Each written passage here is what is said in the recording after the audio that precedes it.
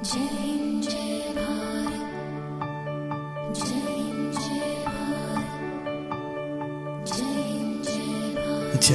Is about popularity. क्या कोई मुकाबला है किसी और का? मतलब मेरा मुकाबला है, मैं 10 बंदे नहीं इकट्ठा कर सकता, वो 1 लाख बंदे इकट्ठी कर लेती है। ठीक है, let's not talk about Hillary Clinton इसलिए प्रेसिडेंशियल कैंडिडेट थी क्योंकि वो बिल क्लिंटन की बीवी थी। George Bush, senior George Bush का बेटा था, इसलिए प्रेसिडेंट बना था। नहीं सर, ये बात नहीं है। This is about sir, George W Bush ने एज अ गवर्नर कई साल अपने आप को साबित किया। हिलरी क्लिंटन ने कई साल अपने आप को पॉलिटिक्स में साबित किया। Then she was able to do whatever she was contesting for the presidential candidate. ओ भाई, बराक ओबामा कहां से आया था? Barack Obama one time senator था, प्रेसिडेंट बन गया। वन टाइम सेनेटर था। चले, आपका पॉइंट आ गया। मैं आपसे इसलिए मजीद बहस, वोट लेता वो बनता है ना। जुबैर साहब, वक्त की किल्लत है, मैं चाह रहा हूं तीनों लोगों को टाइम मिले, इसलिए मैं आपसे बहस नहीं कर रहा। भट्टी साहब, आप अपना मतबा नजर क्लियर करें, फिर अली महमूद खान साहब जवाब देंगे। जी जी भट्टी साहब, पहली बात तो यह कि हिलरी क्लिंटन ने कभी कौम से यह झूठ नहीं बोला था कि मेरी कोई जायदाद है ही नहीं। दूसरी बात है, कभी भी बराक ओबामा और बुश के किसी बंदे अब आप कहीं और चले गए सर। अब आप टॉलरेंस से सुन लेना जुबैर भाई। फिर भी वो लीडर नहीं बना था, फिर भी वो लीडर नहीं था। अब ये है जमहूरी रवैया, फिर नहीं सुनते कि यानी मैं कह रहा हूं कि वो नाहल नहीं हुआ था। सुप्रीम कोर्ट ने ये नहीं कहा था कि ये झूठ बोला है और वो बाहर चले गए और बस छोड़ दे ये सारा। मैं अली मोहम्मद साहब से आज कहना चाहता हूं, आज ये मुझे इनको पहली दफा पता चला है कि मैं सियासतदानों के खिलाफ हूं। मैं हूं, इन्होंने हमें भूपल बस्से में डाला हुआ है और जब 22 साल हम इनके साथ खड़े हुए थे पिछले 7-8 साल से, मैं उस वक्त सियासतदान बुरे नहीं थे। मैं इसलिए हूं कि अली मोहम्मद खान साहब बाकी वादे छोड़ दें। आपने IMF को खैरबाद कहना था, कह दिया है आपने IMF को, ये इमरान खान ने मुझे कहा था। आपने कशकोल तोड़ना था, तोड़ दिया है। आपने 90 दिन में करप्शन खत्म करनी थी, कर दी है, ज्यादा हो गई है। आपने 100 दिनों में करप्टों को अंदर करना था, कर दिया है आपने। इलेक्टेबल्स आपने नहीं लेने थे, भरे पड़े हैं इलेक्टेबल्स। आपने आजाद अरकान को नहीं लेना था, लिया है, नहीं लिया आपने। 20 वज़रा रखे हैं, रखे आपने। ऊपर तगड़ा वजीर आजम होगा, नीचे साहब वो तगड़ा आ गया ना, क्या हो गया, नीचे का हाल हो गया। और करप्ट जमहूरियत मीडिया का गला दबाती, इस पे मैं नहीं बोलूंगा, आप कह सकते हैं कि मेरी बायस्ड राय है। प्रोटोकॉल नहीं लेना था, ये पिछली से पिछली काबीना में प्रोटोकॉल फोर्स बन गई इस्लामाबाद में। कराची को रोशनियों का शहर बना दिया आपने। इमरान खान साहब आके हमारे सवालों के जवाब देते हैं और सानिया मॉडल टाउन वालों को इंसाफ देना था। 3 बातें, सिर्फ 3 बातें कामरान भाई। और इदारा जाती रिफॉर्म्स के हमारे लिए आज 3 साल बाद पुलिस, पटवार और थाना कचहरी रिलीफ गाहें बन गई हैं। 200 अरब डॉलर बाहर से आने थे, कहां जो आपने ट्रक की बत्ती के पीछे लगाया हुआ था। 8000 अरब आपने टैक्स इकट्ठा करना था, कर लिया है आपने। स्विस बैंकों से रकमें वापस आनी थी, आ गई। पॉइंट आ गया आपका साहब। डॉलर जो है उसकी कीमत तारीखी बुलंदी पर है। पेट्रोल कहा जा रहा है कि पाकिस्तान की 70 साल तारीख की बुलंद तरीन सतह पर जो उसकी कीमत है वो इस वक्त पहुंच चुकी है। वजीर आज़म इमरान खान के ये ख्यालात थे डॉलर और पेट्रोल डीजल के हवाले से। अभी यही गवर्नमेंट है और ये स्टेप्स हैं। I mean, क्या कंट्रास्ट है? पेट्रोल सबसे हाईएस्ट पे है, 123 पे है। इसके बाद आपने डॉलर बताया 170 पे है, अगेन हाईएस्ट है, कभी नहीं गया। तो 2 चीज़ें और भी हैं इसमें जो हाईएस्ट है। चीनी जो है सबसे हाईएस्ट है, 106 पे गई हुई है, 52 रुपए पे थी 1-2 साल पहले। इस बात कर्जे हैं 45,000 अरब का बताया जा रहा है कि वो हाईएस्ट पे गए हुए हैं। अब मुझे समझ नहीं आती, अब इसमें ना मज़ाक भी नहीं रहा। ये इमरान खान साहब की पिछले 3 सालों में इतनी वीडियोस आई हैं, इतने इनके दावे और क्लेम्स हैं हमारे सामने, कब हमें समझ नहीं आती कि रोया जाए या हंसा जाए। वो मतलब एक है ना वहाँ पे एक उसकी हो कि इतनी सारी चीज़ें। और मैं हैरान हूँ तो सम टाइम की कि ये खान साहब अगर कभी देखते होंगे, रिविजिट करते होंगे, तो कभी आके उन्हें भी कोई थोड़ा सा हंसना रोना आता होगा कि यार मैं किस तरह की बातें करता था, कोई ऐसी। बल्कि मैं तो डर गया हूँ आपकी ईमानदारी से बताऊँ, हम भी बड़े बोले हैं खैर से, जहाँ पे आई कोई ना कोई बड़ा हम भी मार देते होंगे या करते होंगे। मैं अपनी काउंसलिंग करता रहता हूँ खान साहब के वीडियोस देख के। अब मैंने शुरू कर दिया कि यार कोई ऐसी बड़ी बात नहीं करनी चाहिए। वो कहते हैं जो मुँह पे आके पड़े, जो आपको बड़े बड़े दावे नहीं करने चाहिए, बड़ी बड़ी बातें नहीं करनी। बड़े सियाने ये कहते होते हैं कि जनाब मॉडेस्ट रहना चाहिए, बहुत बड़े बम नहीं फोड़ने चाहिए। मुझे अब इनकी बातें देख के, अभी इनकी वीडियो देख के मैं फिर अपनी काउंसलिंग की है। नहीं, बाकी मैं इबरत हासिल कर रहा हूँ कि 130 की इतनी बड़ी खबर दे रहे थे, बुरी खबर दिया कि 125 से 130 हो गए और 1000 अरब के कर्जे। आज जब ये बात हो रही है 170 पे पहुंच चुकी है बातें। अभी पेट्रोल की जो उन्होंने आके हमें बताई है सारी चीजें, वो उसके इनके पास कोई हल नहीं रह गया इनकम जनरेट करने का। 2 ही तरीके होते हैं जो कर रहे हैं ये। पेट्रोल की कीमतें बढ़ाओ, बिजली की, अभी उसको बिजली भूल गया हूं मैं, बिजली भी हाईएस्ट इस वक्त आपका पर यूनिट है। गैस की आपने जो खरीदी है $20 आपने डॉलर पे खरीदी है, वो हाईएस्ट पे खरीदी है।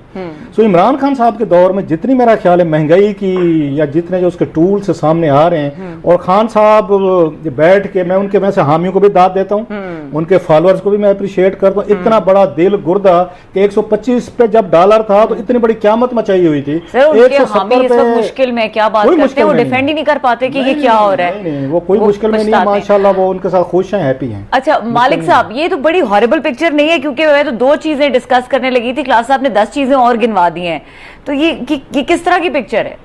हम इसी को कर लेते हैं डिस्कस, छोड़े बाकी। अच्छा। ये बड़े खौफनाक दिन आने वाले हैं। इनके अपने एस्टिमेट्स हैं कि हमारा जो तजारत का खसारा है 8 से 9 बिलियन होगा।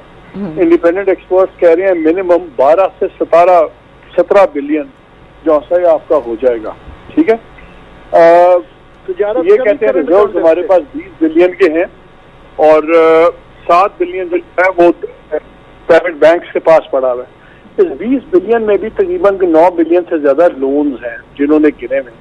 तो जो आपके फैक्चुअल रिजर्व्स हैं they are about 8 to 9 billion dollars. पिछले 3 माह में आपका एवरेज 3 माह में जो एवरेज दिख लिया है 6 बिलियन का सरप्लस आ रहा है, आपका इंपोर्ट्स का जो खसारा आ रहा है वो ऐड हो रहा है। ये जब चीजें आगे जाती हैं, जो आपके गवर्नर साहब हैं वो कहते हैं कि नहीं जी हमने नेचुरल छोड़ा हुआ डॉलर को। भैया एक तरफ आप कहते हैं कि हमारे पास हाईएस्ट एवर रिजर्व्स हैं, इंटरवीन करें, अब मानते नहीं है।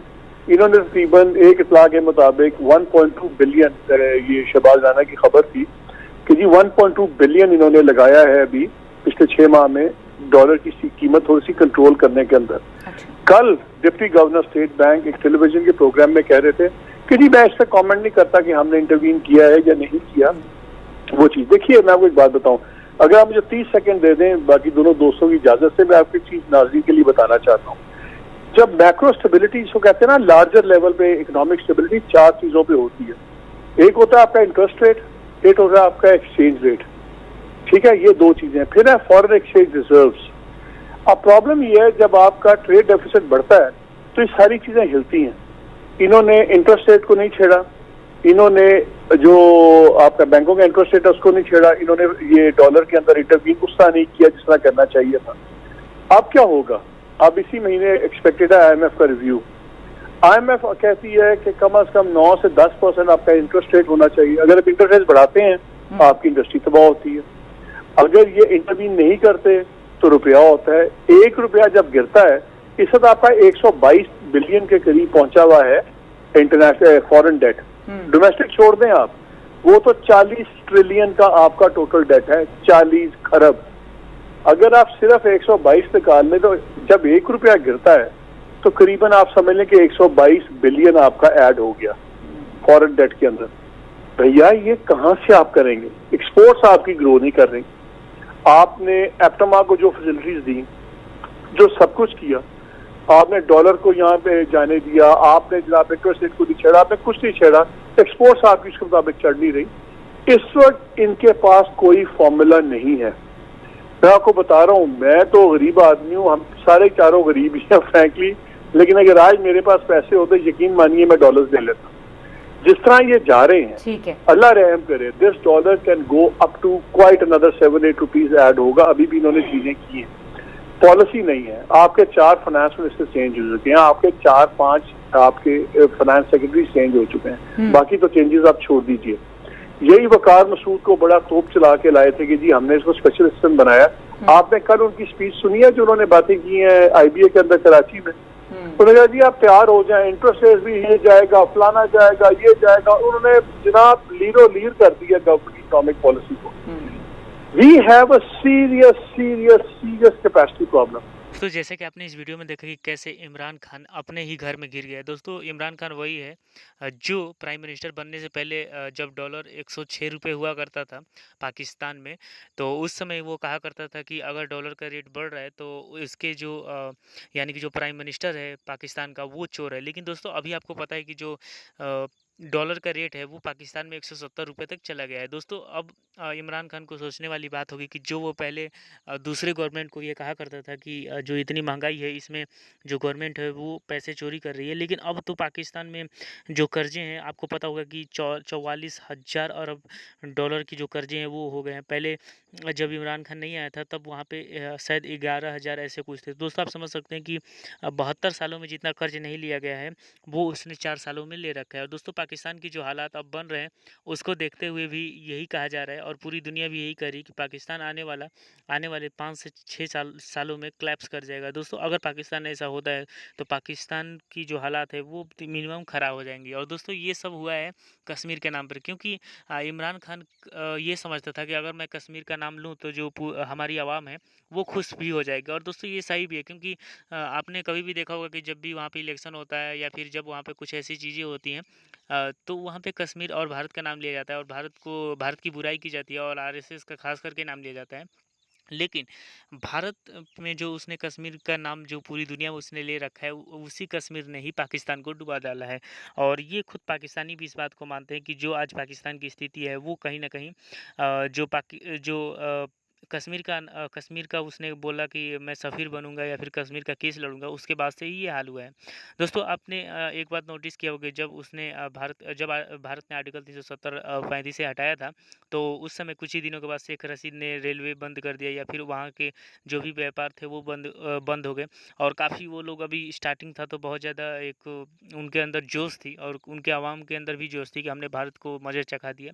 लेकिन एक ही महीने के बाद आपको पता होगा कि पाकिस्तान में जो प्याज और जो टमाटर की रेट थी वो 500 रुपये किलो तक पहुंच गई थी, जो कि पहले 60 से 70 रुपये किलो हुआ करती थी। दोस्तों उसी समय से जो महंगाई है वो आज तक चली आ रही है और अब पाकिस्तान में जो महंगाई है वो अपनी चरम सीमा पर भी पहुंच रही है। और दोस्तों अब तो पाकिस्तानी जो है अब ये बात समझ चुके हैं कि जो वो पहले ये कहते थे कि हमने भारत के साथ व्यापार बंद करना है या फिर भारत के साथ हम व्यापार नहीं करेंगे, वो अब आज ये भी बात कर रहे हैं कि हमें भारत के साथ व्यापार करना चाहिए, क्योंकि वो बात समझते हैं कि अगर भारत के साथ उनका व्यापार होता है तो जो चीज़ें हैं जो पूरी दुनिया से आ रही हैं वो भारत से आएंगी और भारत में वो चीज़ें जो हैं वो सस्ता मिलेंगी। और इसीलिए जो पाकिस्तान की जो स्थिति आज आप समझ सकते हैं कि इतनी पहुंच गई है। दोस्तों पहले इमरान खान जब प्राइम मिनिस्टर नहीं बना था आपको पता होगा कि वो कितनी बड़ी बड़ी बातें करता था कि मैं आऊँगा तो बिजली यहाँ पे कर दूंगा या फिर जो पूरी कराची है वो बिजली से जगमगा उठेगी। और आपको पता होगा कि पाकिस्तान में जो बिजली का रेट है वो कहाँ तक पहुँच सकता है। दोस्तों अभी हिंदुस्तान में जो रेट है अभी इतना बहुत कम है पाकिस्तान के, तो आपको पता होगा कि जो हिंदुस्तानी लोग हैं वो कितना ज़्यादा गुस्से में है। तो आप समझ सकते हैं कि पाकिस्तान में जो हालात हैं वो तो लगातार 3 से 4 सालों से बने हुए हैं। तो दोस्तों आप समझ सकते हैं कि उनके हालात क्या होंगे। तो दोस्तों बस आज की वीडियो में इतना ही। आई थिंक कि आप लोगों को वीडियो अच्छा लगा होगा। तो अगर आपको वीडियो अच्छा लगे तो वीडियो को लाइक और हमारे चैनल हिंदुस्तान स्पेशल को भी सब्सक्राइब कर लीजिएगा, क्योंकि हम आपके लिए ऐसी वीडियो लाते रहते हैं।